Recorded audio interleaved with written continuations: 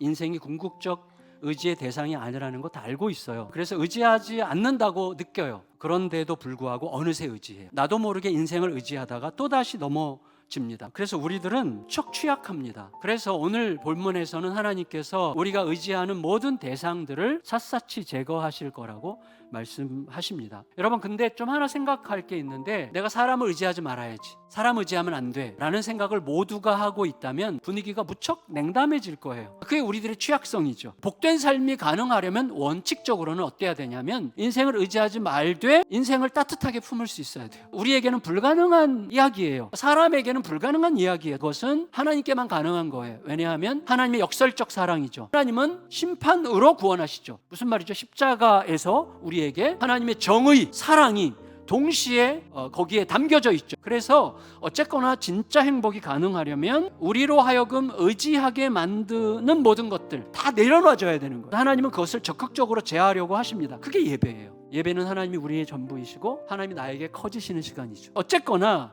중요한 건 뭐냐면, 내가 의지해야 되겠다라고 생각했던 모든 것들의 목록을 보면 무척 놀랍습니다. 양식, 물, 군대, 재판장 다 의지할 만한 것들이에요. 문제는 뭐가 끼어 있어요. 복술자가 끼어 있고 능란한 요술자가 끼어 있어요. 우리에게 그것들이 유용하지만 그것들이 전부인 것처럼 느끼게 만드는 그것들의 실체를 알게 된다면 우리는 크게 당황하게 될 것입니다. 하나님과 견주기에는 배설물 무더기에 불과했기 때문이죠. 이 모든 우상 숭배 미혹의 영에 나라 전체가 사로잡히면 나타나는 현상들이 있다고 얘기해 줍니다. 첫 번째, 앞뒤를 못 가리는 어린 애가 통치자가 된다는 거예요. 백성들은 분열하고 서로를 중심을 못 잡고, 아이가 노인을 비천한 자가 존귀한 자를 조롱하게 된다, 희롱하게 된다고 이야기합니다. 하나님을 경외하는 문화가 사라지는 세상, 사람들 사이에 사랑과 신의는 찾아볼 수 없으면 패망은 필연적이라고 이야기하는 것입니다. 그렇게 되면 희망이 없는 상황에서 사랑과 신뢰의 공동체가 무너지고 의심과 두려움에서 벗어날 길이 없어지고 암흑이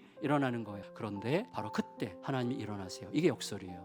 고발하고 변론하고 재판하기 위해서예요. 고발자도 하나님이시고 변론자, 검사도 하나님이시고 재판장도 하나님이세요. 그제서야 백성들은 뒤늦게 깨닫고 하나님의 영광의 빛 앞에서 그동안 감추고 있었던 자기들의 얄팍한 꼼수들과 어둠 속에서 행하던 더럽고 부끄러운 죄악들을 선명하게 드러내기 시작할 거라고 말씀하십니다. 그러면서 그 하나님의 영광의 빛 앞에서 드러나는 죄악의 목록 리스트를 쭉 나열하세요. 뭐냐면 통치자들의 착취와 억압입니다.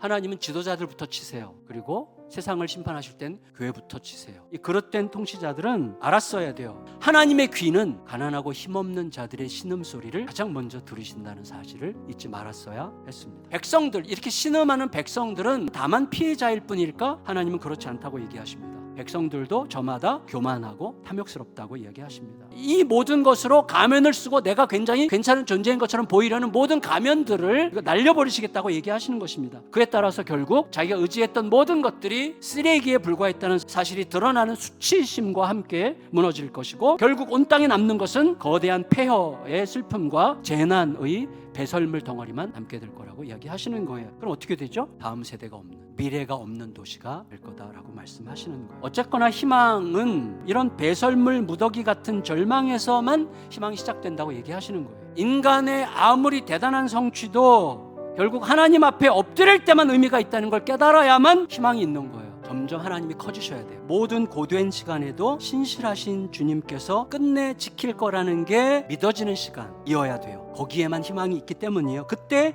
희망의 싹이 튼다고 이야기합니다. 그걸 제대로 자각하고 하나님이 일으키시는 희망의 싹이 일어나는 것을 보게 될 거예요. 그래, 이 희망의 싹이 자라서 열매를 맺으면 그 열매는 피난자들을 위한 열매다라고 얘기하세요. 그 피난자들은 누구냐? 그래도 우리가 의지할 것은 하나님의 약속밖에 없어 해서 고대가 험난한 길을 다시 돌아서 예루살렘으로 돌아온 자들, 이들을 위한 열매가 될 거라고 말씀하시는 것입니다. 부디 우리가 그 희망의 싹에 물을 주는 자가 되어 모두가 함께 살아나는 복된 은혜의 걸음을 걸을 수 있게 되기를 예수님의 이름으로 축원합니다.